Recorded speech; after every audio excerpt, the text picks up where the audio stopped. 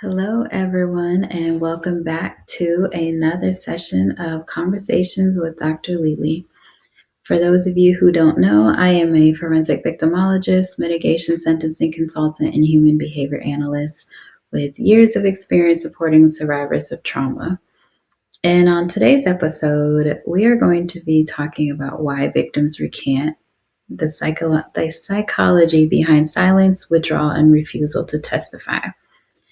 And this topic is one that hits close to home for myself, and I will tell a little bit more about my story, and also for many professionals in law enforcement, prosecution, defense, advocacy, in the courts. So, when a victim of domestic violence calls the police, they provide a detailed statement describing years of abuse. They're able to show visible injuries, and they beg for protection, only later to refuse to testify, or they minimize what happened. They change their story, or they'll ask prosecutors to drop the charges. It creates deep frustration. Law enforcement officers would probably often think, why did you call us if you weren't going to follow through? We did all that extra work, or just all that work, for the victim to just not follow through. Then prosecutors question whether the case can proceed without the victim. Family members will say, I don't understand why you're protecting the person who hurt you. But the legal system sometimes will also begin to doubt the victim's credibility altogether. However, let's look at it this way. What if recantation is not evidence that the abuse didn't happen? What if it's actually a predictable part of the behavioral aftermath of prolonged psychological and emotional abuse?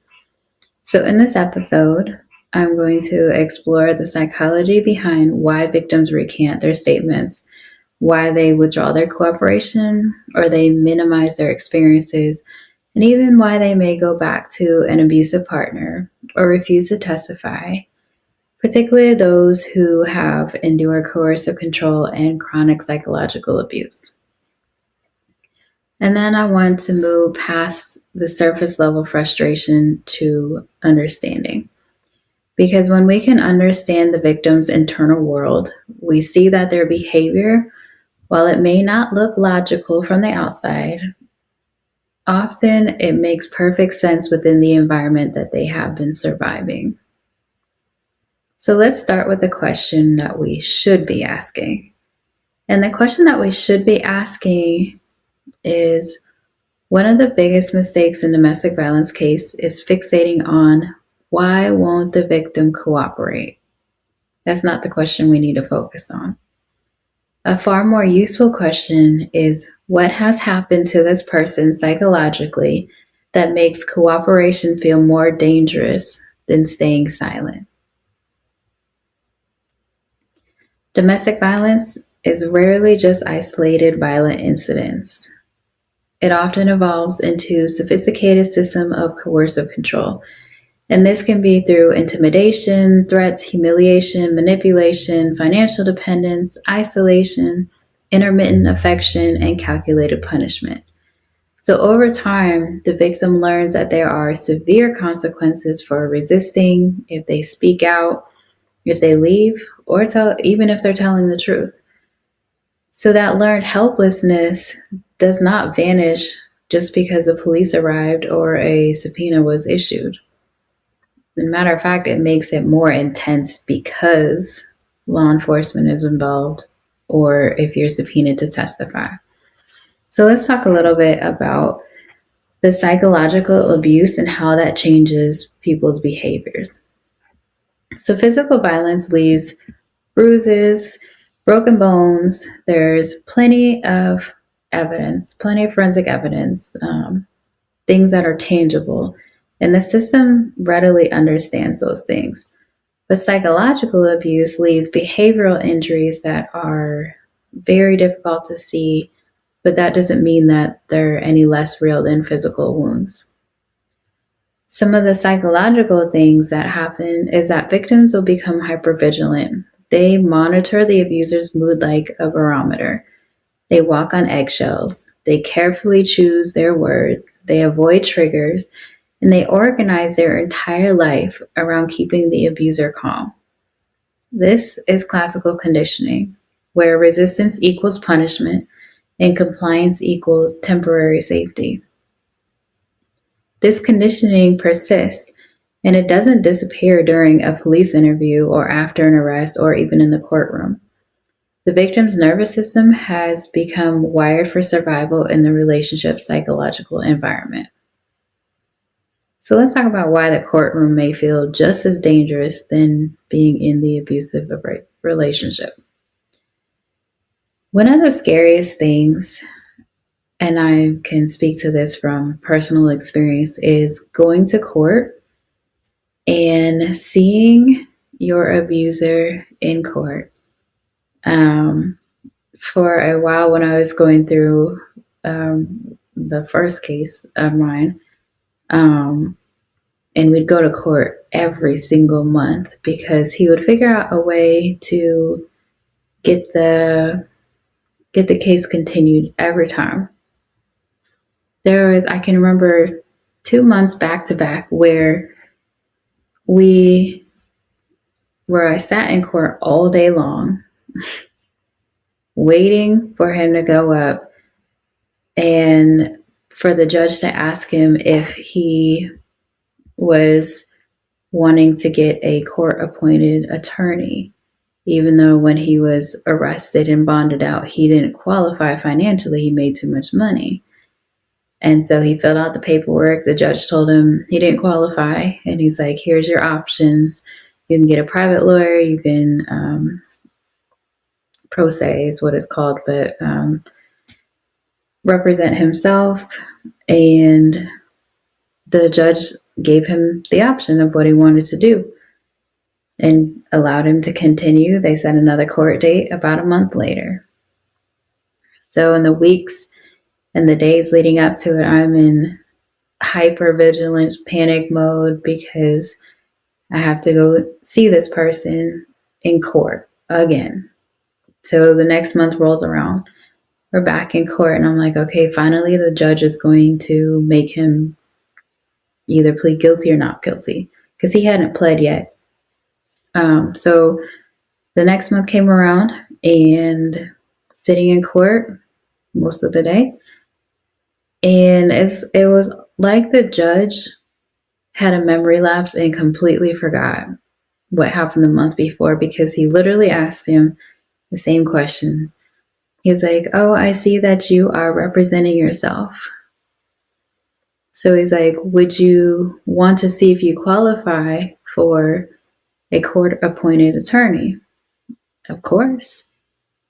My ex is going to try to get a court-appointed attorney. So, and I'm assuming by this time he's researched the threshold that you need to meet in order to qualify for a court-appointed attorney, because this time around, when he filled out the paperwork again and submitted it, he magically qualified. And so that was really frustrating because now he gets another month. So the case is continued again while they wait for him to get an attorney appointed to him. So in this time frame as a victim, your life is basically in a standstill. You really don't know how to proceed in life because you don't know if this person is going to be, you don't know if he's actually going to be locked up or if he's going to get out, or you don't know.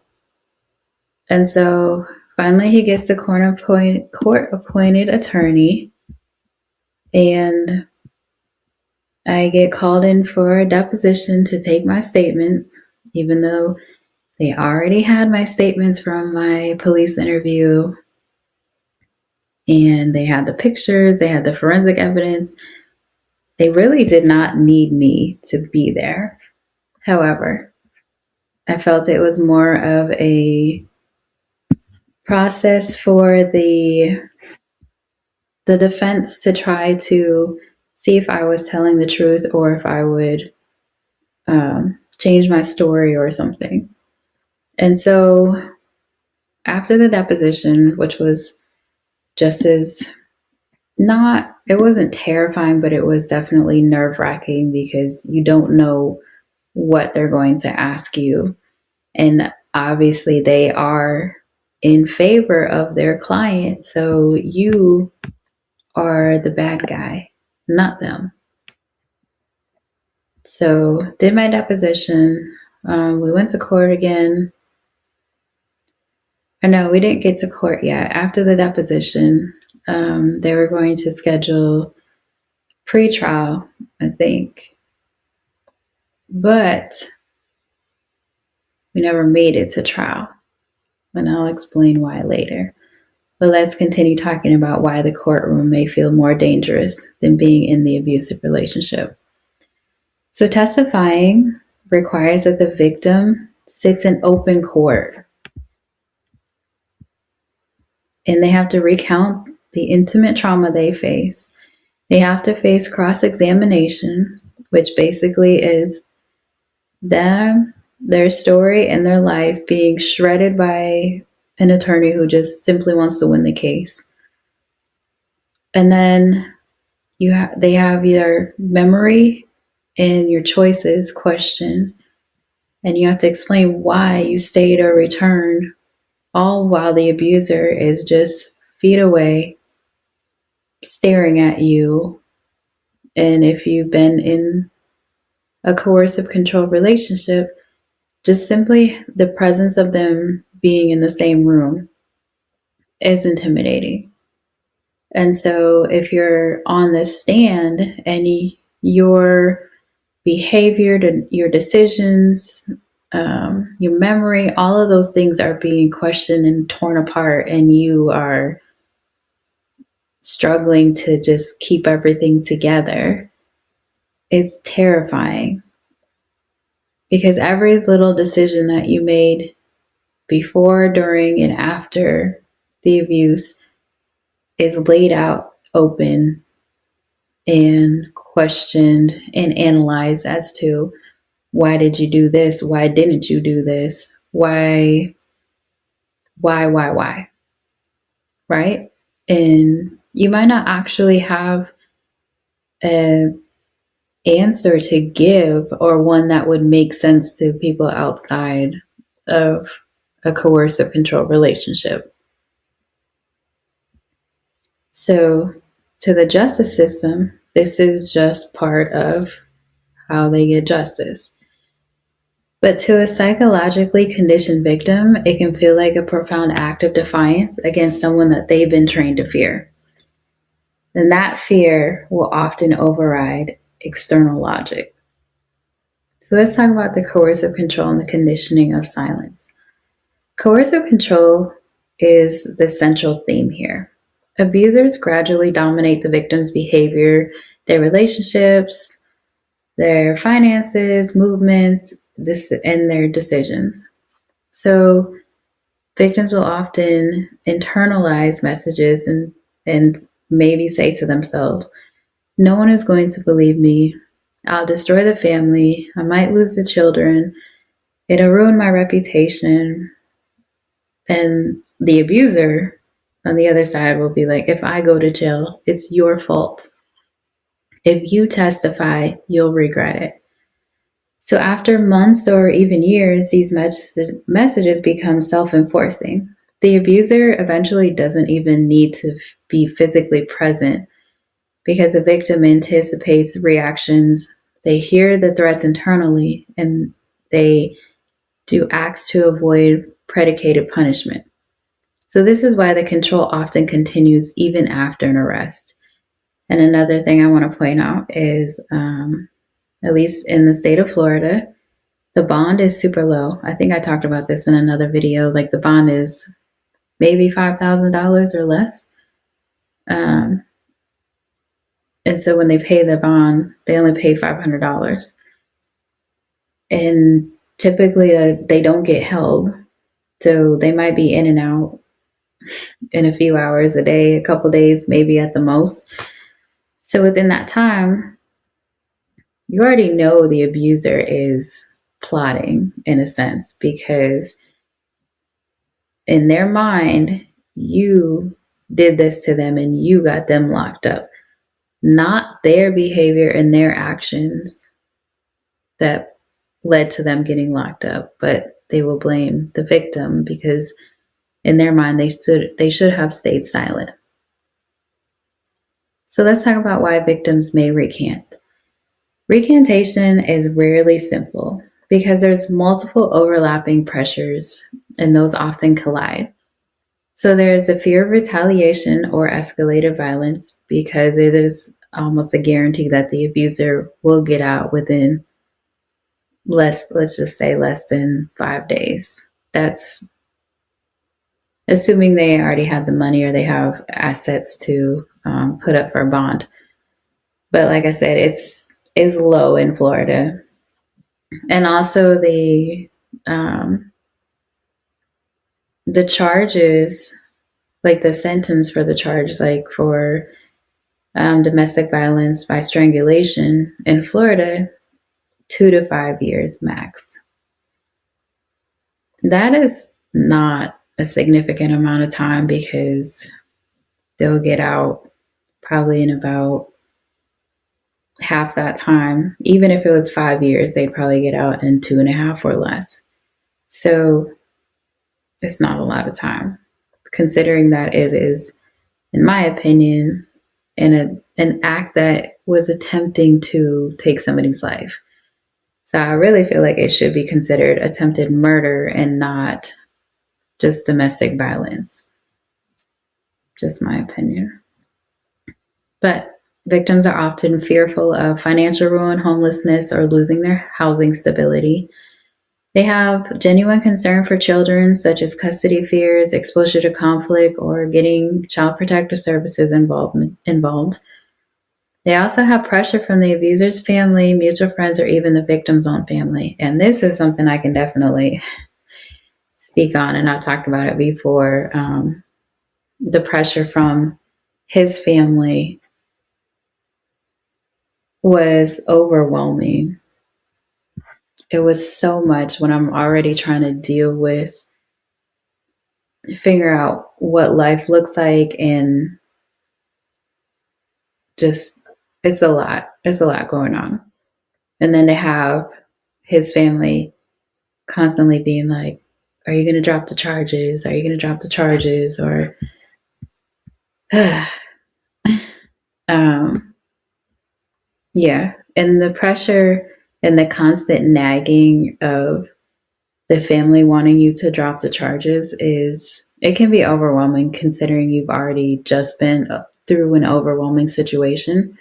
And then to have these outside influences.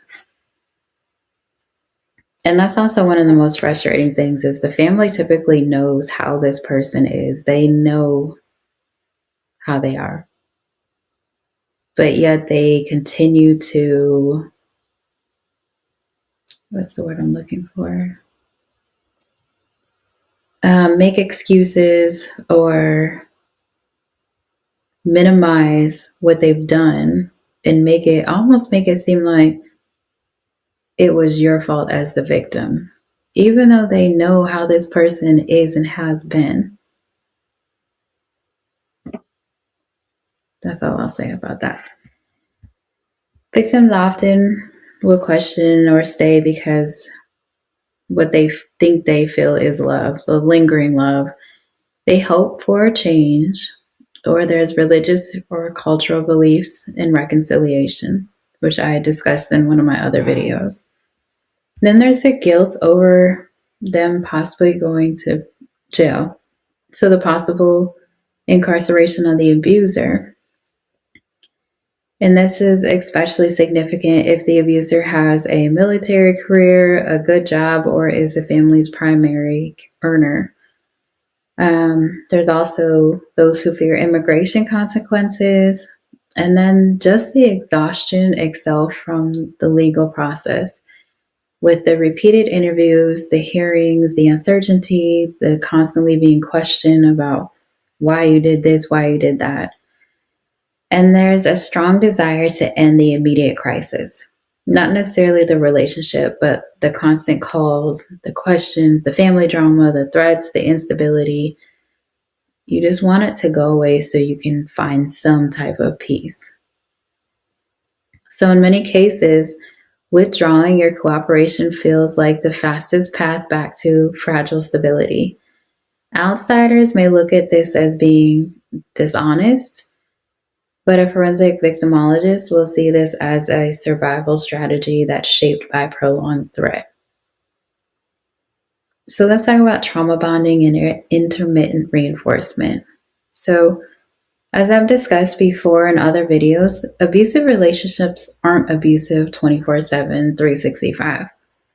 They include cycles of tension, incident like an abusive incident, then there's a reconciliation, and then there's a period of calm.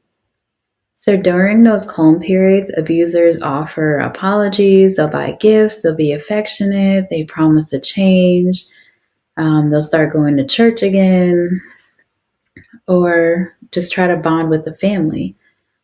But then the intermittent reinforcement, which is the unpredictable rewards amid fear, creates the powerful trauma bonds similar to addiction mechanisms. So the victim will chase the good version of the partner that they first met. And then when the abuser is arrested, the feelings of remorse, tears, the treatment, the promises, the mistreatment, or the appeals about the children, trying to keep the family together, become very intense. And many victims will question their cooperation because it almost feels like a betrayal, right? Because if you're in a relationship or a marriage with this person, them going to prison in a sense on your behalf kind of makes you feel guilty, right? And then they're also going to play that card to make you feel like you're a terrible person because you broke up the family, you sent this person to prison, you did this, it was your fault. So this doesn't prove that the original abuse was false if the victim does not want to cooperate.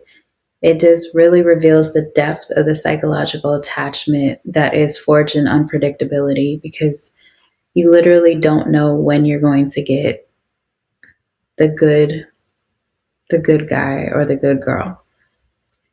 So now the victim may become the one that's actually protecting the offender. So outsiders or people who have not experienced these type of relationships are often baffled, because why would the victim defend the abuser? Sometimes they'll say, he was just stressed, he had a bad day, it wasn't that bad, or I shouldn't have called, or I made it worse, I should have just let him sit there peacefully or let her sit there peacefully. Then the prolonged abuse shifts responsibility onto the victim.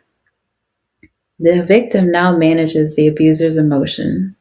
They're the ones protecting the abuser's reputation. They're the ones protecting the abuser's job, particularly military careers. And they're the ones protecting the relationship with the children and putting their own safety secondary. So this protective stance is yet another layer of survival conditioning. So I want to really hone in on this, that recantation does not automatically mean that the victim lied. So I want to clarify, credibility, evidence, and due process always matter. False allegations do exist and they must be scrutinized. However, recantation should not ever be the automatic proof that somebody lied. So professionals have to examine the context. Did the abuser contact the victim post-arrest, with or without a no contact order? Because as I've said before, a no contact order is a piece of paper. So if an abuser doesn't care about accountability and doesn't think there will be accountability, they're not going to care about a piece of paper, right? Then other questions, were there threats, repeated calls, or family pressure? Did financial instability or isolation increase? Was there an apology or reconciliation promise? Are there prior reports, patterns of stalking, or coercive control? Then you want to look at the timeline, the behavioral patterns, and the full context to provide clarity. And from a forensic victimology approach, it integrates this broader picture rather than just isolating the one statement. So let's talk about why victims may refuse to testify.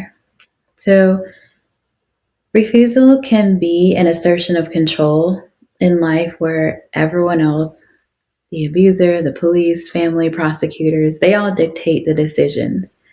So, trauma informed practice will help by offering information, offer choices where possible through preparation and recognition that is cooperative, oh my gosh, I can't talk.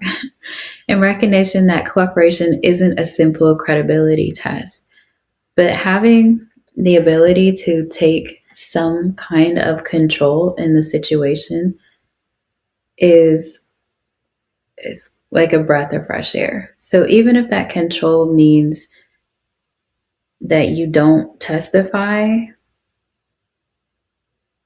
it gives you a feeling like, okay, I was able to make a decision on my own. However, that decision to not testify does have rippling effects. And I'll just talk about my case for a bit. So before I said that we never actually went to trial. And the reason we didn't ever go to trial was because on, I think it was a Thursday or Friday. I think the trial was supposed to start on a Monday.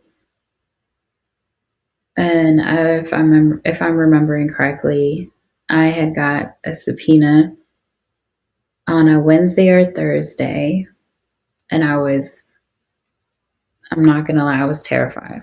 I was terrified to testify and go to court and be torn apart. Because the case that I would be testifying in, there was no physical wounds, and I didn't report it prior. And so I felt that there wasn't sufficient evidence on my side to get any outcomes. So when I got the subpoena, like I said, I was really nervous. And then there was the pressure from his family to drop the charges. And a part of me thought that maybe if I could get his case changed over to there's a domestic violence court, to get it changed over to that, to force him to go through DV counseling, to go through mental health counseling, to do a batterers program. I thought that maybe if he had that opportunity to do those things, that maybe that would help him to change.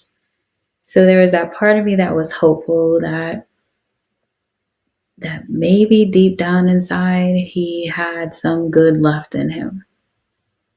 And so I wrote a letter to the defense attorney, and I explained that I felt like he struggled with emotional dysregulation. I also noted that he had a traumatic childhood, according to him. I don't know for sure anymore. And also that I wanted to give him the opportunity to go through a program that would potentially help him. And so I requested that the case be moved to a domestic violence court and that he go through batterers intervention program. And I submitted that letter. I went to the judge, and the judge accepted it, and he was placed on probation, 12 months probation. He was supposed to write a letter of apology to me, and he was supposed to complete a batterers intervention program. and it was dropped down to a misdemeanor. So I felt like I was helping him to try to overcome whatever issues he had going on. But inadvertently, because I did not testify, and I can't say for sure what the outcome of the case would have been for that particular case. But for some reason, he got off probation early. Even while on probation, he continued to violate the no contact order. And when I contacted the probation officer, she just was like dismissive. I don't know still to this day how or why he got off early, but he never completed the batter's intervention program, never wrote the apology, and did not complete probation. But during that time when he should have been on probation, he ended up strangling another female. And when I saw that, I was like, dang. And this is where the guilty conscience for me came into play. Was I kept thinking, I was like, had I testified and had he maybe gone to jail, would this other female have had to go through this? I can't say. I don't know. But it definitely has weighed on my mind. But the thing that also, it frustrated me and it also bothered me was this happened in front of her kids. And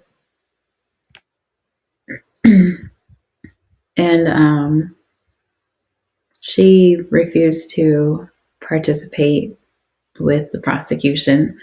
So they had to drop the charges. And so this man has so many battery or assault charges, and they've all been dropped. And it's like, it basically reinforces in his mind that there are no consequences for his actions, and that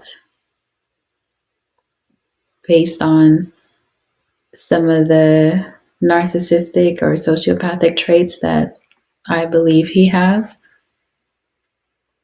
it just reinforces that he can do whatever he wants and there's zero consequences for him.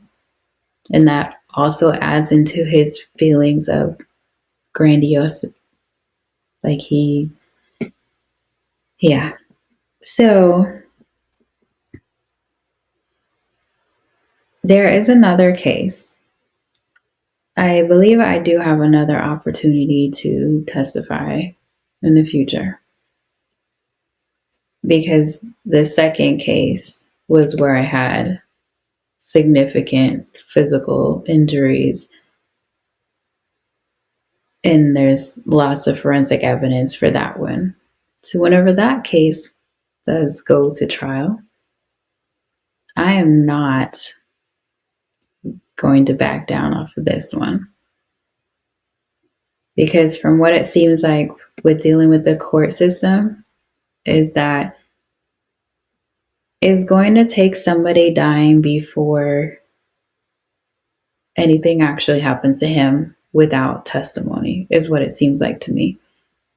And I don't want anybody to die because myself and other victims didn't follow through or hold them accountable.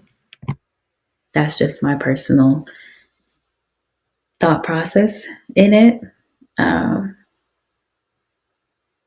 But it also is a empowering feeling to make up your mind and cut that control like cut it off, because in a sense, that fear is still them being in control, whether or not you have contact with them. That fear is still a part of the control. So, facing my fears, testifying to the best of my ability when that comes, I think that will feel like a big weight lifted, and I think it'll feel like I can fully close the chapter. So, I will keep you all updated whenever that time comes. But let's go back to talking about why victims recant. So, the question I want to discuss, and this is typically, it's kind of it's a victim blaming question. And the question is, why didn't you just leave? And it seems like it's an innocent question, because why not just leave? But it's also placing it on the victim as their responsibility to have been the ones to end the abuse. But as I've discussed before, with the psychological and emotional factors and the coercive control, it is not simple, or it is not simply just leaving. And leaving is rarely a single event. It's non-linear, and it involves multiple attempts, returns, recantations, renewed help seeking. Behavior under chronic threat is not linear. It is not going to be in a straight line like people expect it to be. It's not from point A to point B. It is probably going to be start at point C, go to D, then go to Z, go back to A, then go to F. Like, it's not just going to be a straight, easy A to B. So the better question is to ask, what barriers existed? Why did the victim, or what did the victim fear would happen if they left? What resources did the abuser control? And what occurred during prior attempts to leave? So I want to talk about what attorneys, investigators, and courts should understand. They need to understand that you evaluate cases through patterns and not just a single incident. So patterns of intimidation, isolation, financial control, threats, reconciliation cycles, and post-disclosure offender behavior. And forensic victimology would ask, what explains this behavior? What were the environmental pressures and vulnerabilities that were at play? Is the victim's response consistent with known effects of coercive control and chronic threat abilities that were at play? Is the victim's response consistent with known effects of coercive control and chronic threat? So this approach avoids pathologizing. Can't talk again. This approach avoids putting a victim in a box, but it also upholds the due process. So in closing, when victims recant or refuse to testify, or they return to partners, they minimize their harm, or they protect the offenders, the justice system and those outside of the relationship see it as a contradiction. However, we need to look at it to examine the context, because behavior has meaning, silence has meaning, fear has meaning, and recantation itself actually can reveal an ongoing psychological environment. So the goal isn't just blindly believing, it's not automatically excusing behavior or abandoning due process. It's about behavioral analysis, asking the sharper questions, investigating the patterns, and recognizing that victims of prolonged psychological abuse may still respond to the abuser's influence long after physical separation. So next time you hear, why won't the victim testify? Or next time you go to ask that question, reframe it and ask, What has the victim learned will happen if they speak?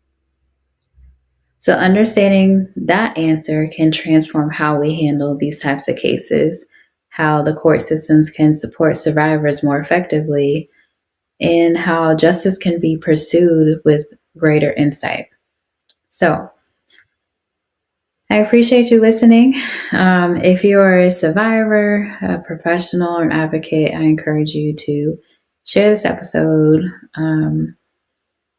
so that we can continue the conversation, because this is something that people need to know and be aware of and understand that it's not simple to leave a relationship where coercive control has been the dominating factor.